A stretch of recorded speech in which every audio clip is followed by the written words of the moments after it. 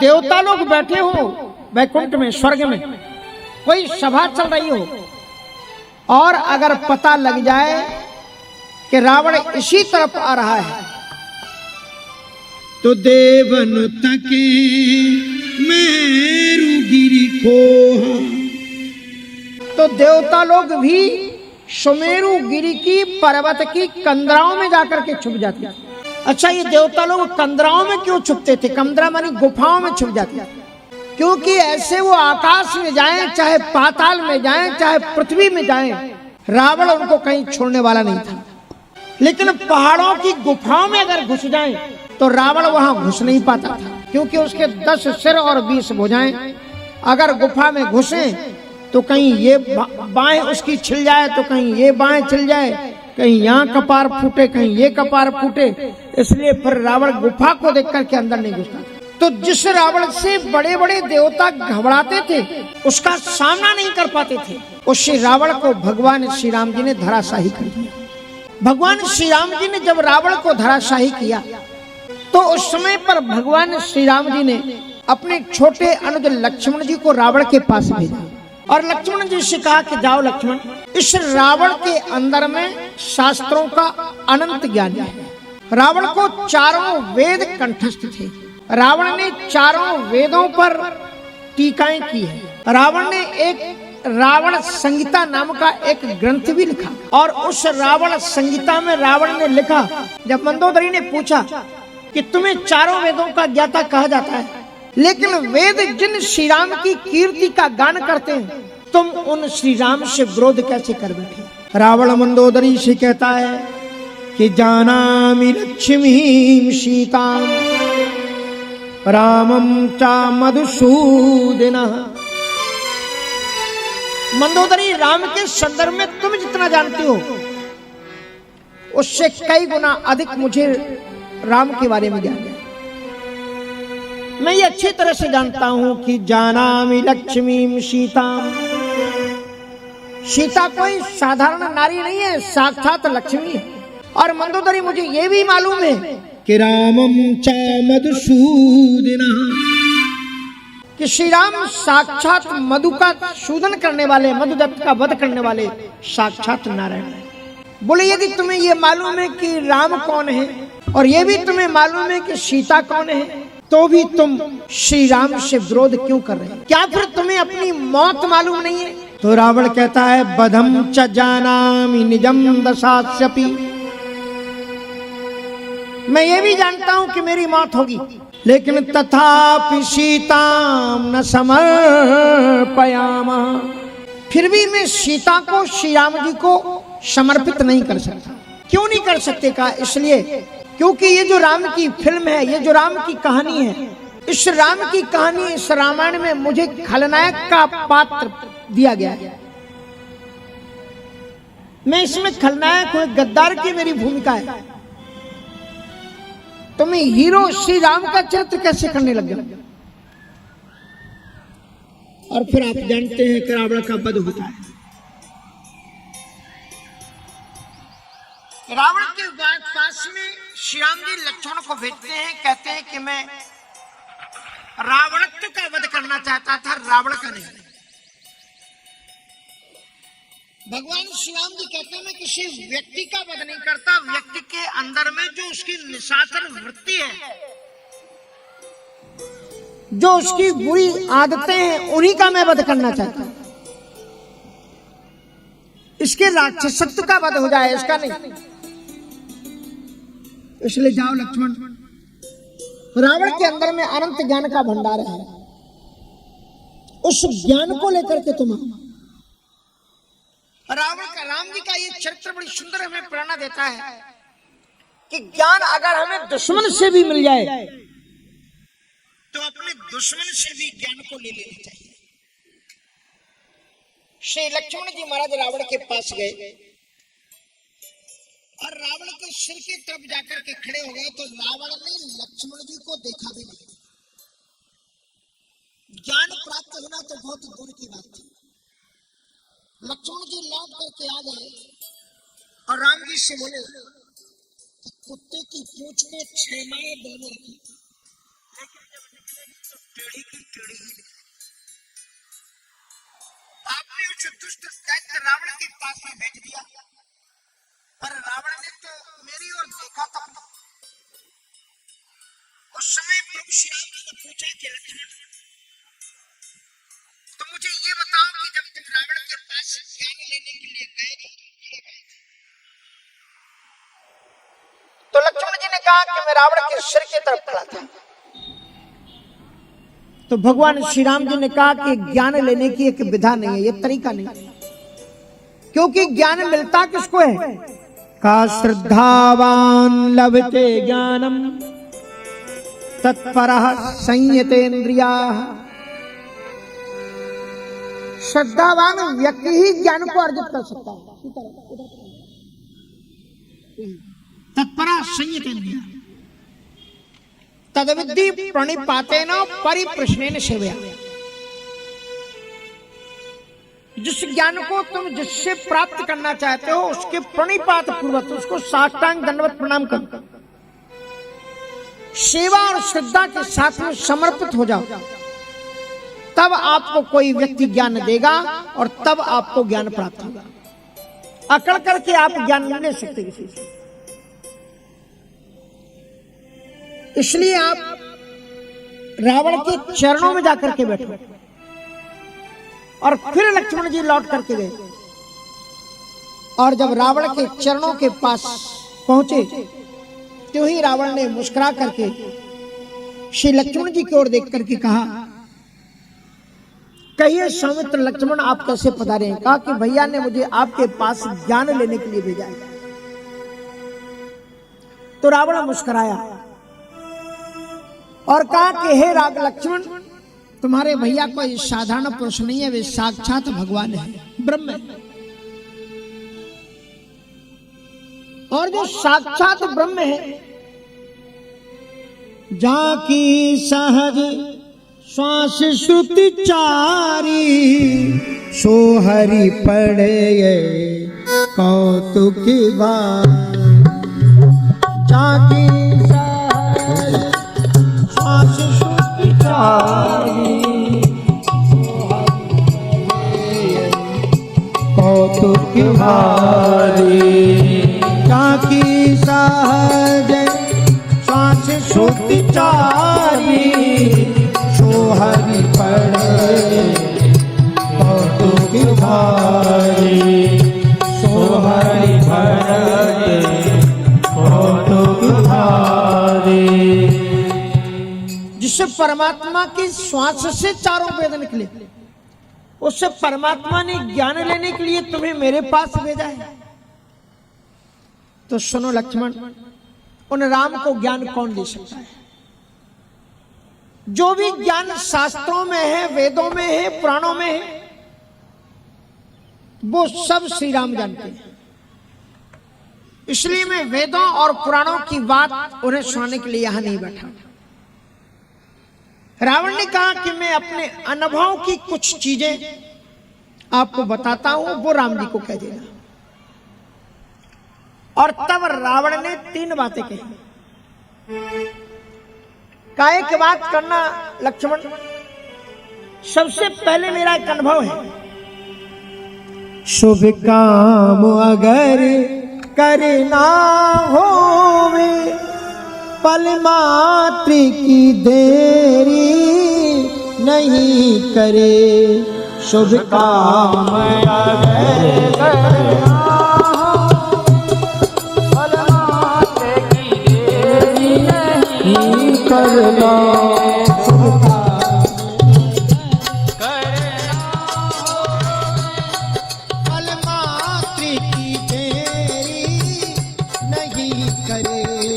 शुभ काम करना होवे, पल मात्र की देरी नहीं करनी। हे हो अशुभकारी अति संभावित, काले जितना वही काल सके। हो अशुभकारी अति काले जितना वही काल सके।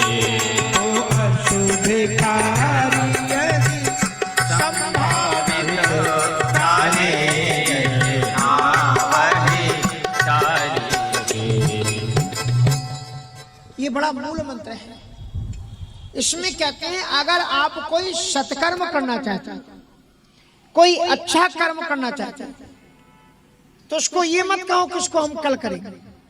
इसलिए कबीर साहब जी कहते हैं कि काल करे सो आज करे, और आज करे सो अब, और पल में प्रलय होते हैं तो बहुरी करेगो कब।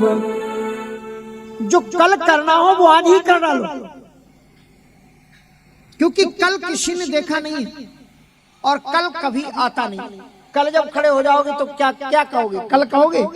कल कहोगे नहीं, ये तो आज है, कल तो कल है, कल कभी आता ही नहीं।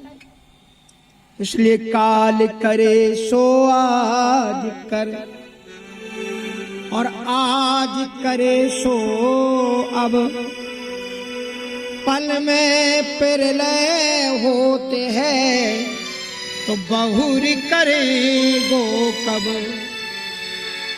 एक पल में प्रलय हो जाती है, तो कल पर अगर टालते हो तो फिर बहुर करेगो कब करोगे तुम, क्योंकि कल तो कभी आएगा ही नहीं। राजा दशरथ जी ने सोचा कि मैं कल राम को राजा बनाऊंगा, फिर वो राम को राजा बना पाए, वो उनका ही कल हो गया। पल में प्रलय होते हैं बहुर करेगो कब। इसलिए हो अशुभ कार्य यदि संभावित टाले, जितना वह टाल सके। शुभ काम अगर करना होगी पल मात्र की देरी, पल मात्र की भी उसमें देरी न करें। श्री लक्ष्मण जी रावण की बातों को सुनकर के मुस्कुराए,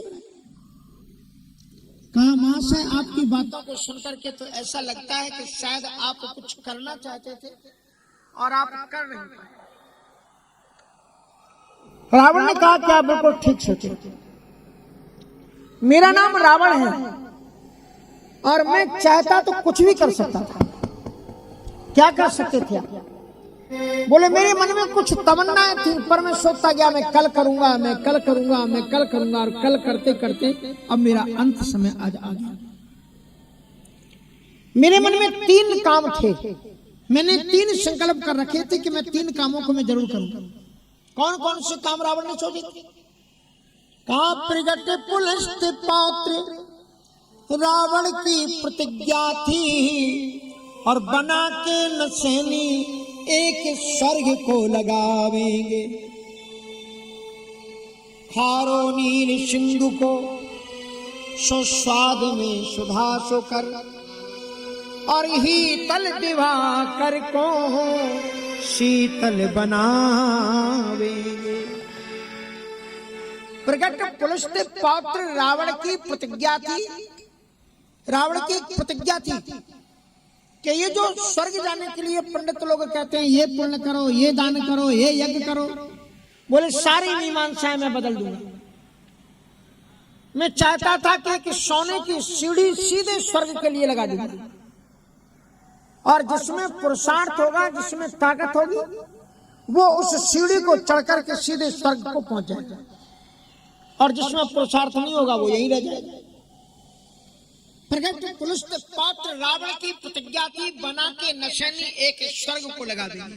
एक तो मेरी प्रतिज्ञा थी कि मैं स्वर्ण की सोनी बनाकर सीढ़ी बना करके स्वर्ग के लिए सीधा लगाना चाहता, और दूसरी प्रतिज्ञा रावण की एक और थी कि खारो नीर सिंधु को सो स्वाद में सुधा सुखे। ये इतना बड़ा समुद्र का पानी खारा है, आधे से ज्यादा पृथ्वी में समुद्र भरा हुआ है, खारा पानी। तो रावण कहता है कि मैं चाहता था कि समुद्र के खारे पानी को मैं मीठे पानी से भर दूं। लक्ष्मण जी महाराज आश्चर्यचकित हो गए कि महाशय तुम इतने बड़े समुद्र के खारे पानी को मीठा पानी कैसे बनाते? रावण ने कहा मेरे पास तमाम वैज्ञानिक थे, एक से बढ़कर के एक वैज्ञानिक थे। रावण के वैज्ञानिकों ने सोने की लंका बनाई, और रावण कहता है कि मेरे वैज्ञानिक गुरुत्वाकर्षण से पहले तो समुद्र को कई टुकड़ों में बांटते, और फिर गुरुत्वाकर्षण से सूर्य को बुला करके समुद्र के एक एक भाग के पानी को शोषण करवा देती है, शोषण हो जाता, सूख जाता पानी। गर्मी में तालाबों का पानी जैसे सूख जाता है, रावण कहता है मैं उसी तरह से एक एक गड्ढे में पानी भरवाता समुद्र का और उसको सुखवा देता। फिर गर्मी में सूर्य जिस पानी को सोखते हैं, वर्षा ऋतु में उसी पानी को वो फिर वापस बरसा देते हैं। लेकिन समुद्र का सोखा हुआ पानी जब वर्षा ऋतु में फिर बरसता है, तब कैसा होता है? खारा होता है कि मीठा होता है? कैसा होता है? मीठा होता है। बादल उसे मीठा बना देते हैं। तो रावण कहते हैं कि मैं गुरुत्वाकर्षण से सूर्य के द्वारा इसका शोषण करवाता और फिर बादलों के द्वारा फिर मीठा पानी भरवा करके संपूर्ण समुद्र को मैं मीठा बना देता।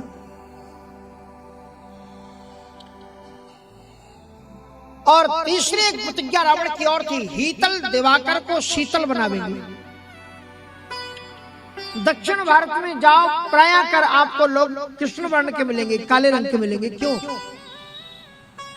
क्योंकि सूर्य का ताप बहुत है और जिन कंट्रियों में, जिन प्रदेशों में सूर्य का ताप गर्मी ज्यादा होती है, वहां लोग प्रायः कृष्ण वर्ण के, काले रंग के हो जाते हैं। तो कहते हैं कि हीतल दिवाकर को शीतल बनावेंगे।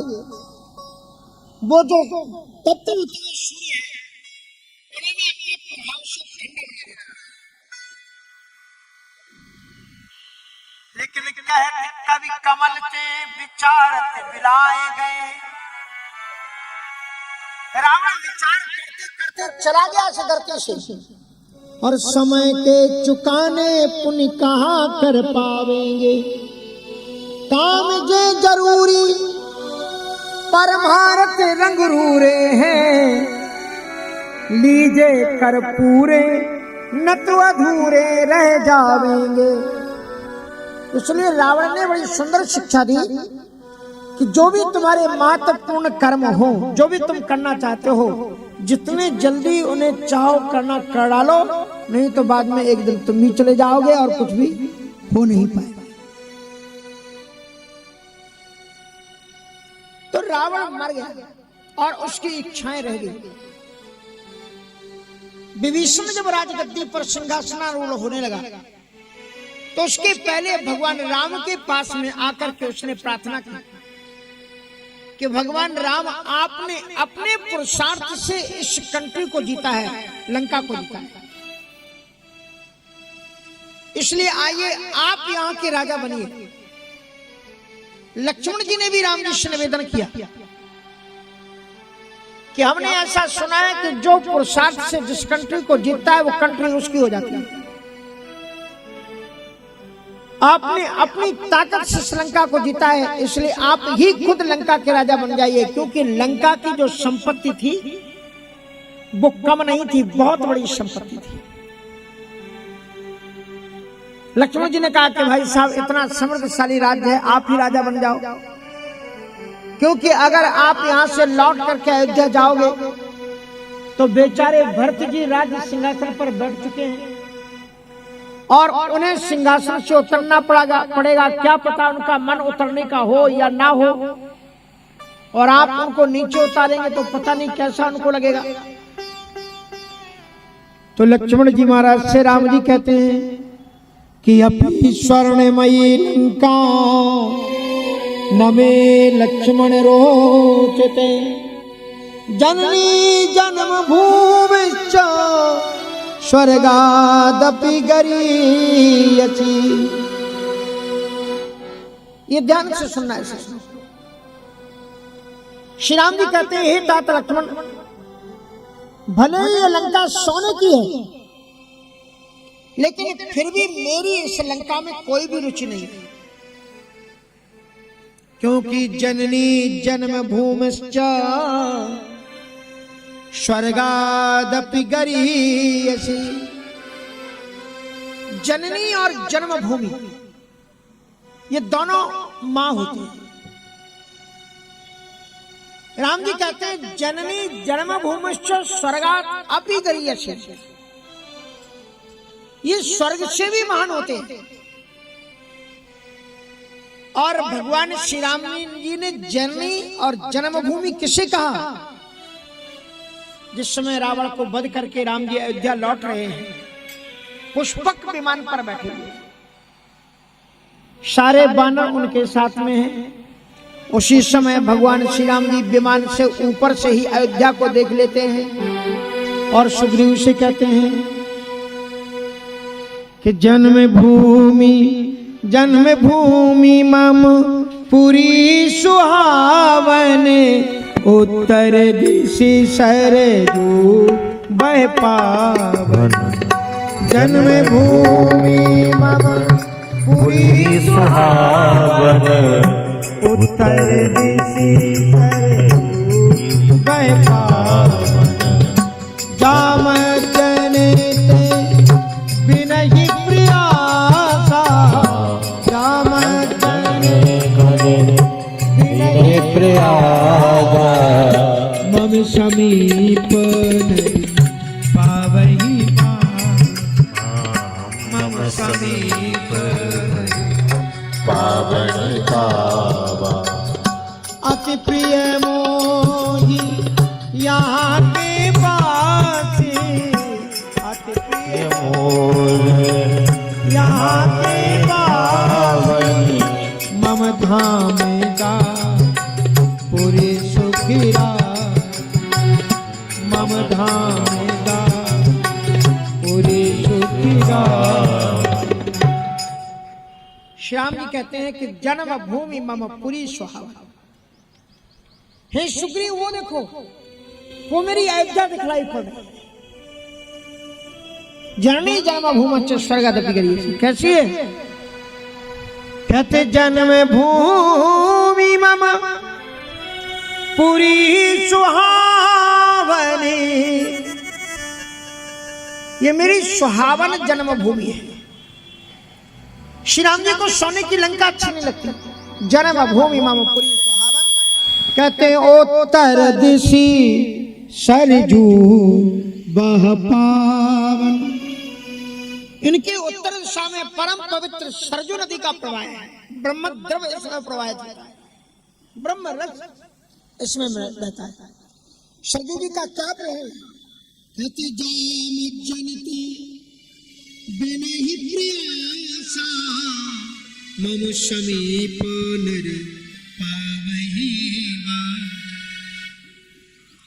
अगर कोई सरजू जी का मज्जन कर ले, स्नान कर ले, तो बिना ही प्रयास मानी कोई जोग जप तप संयम समाधि के बिना ही मम समीप सायुज्य मुक्ति को प्राप्त कर लेता है।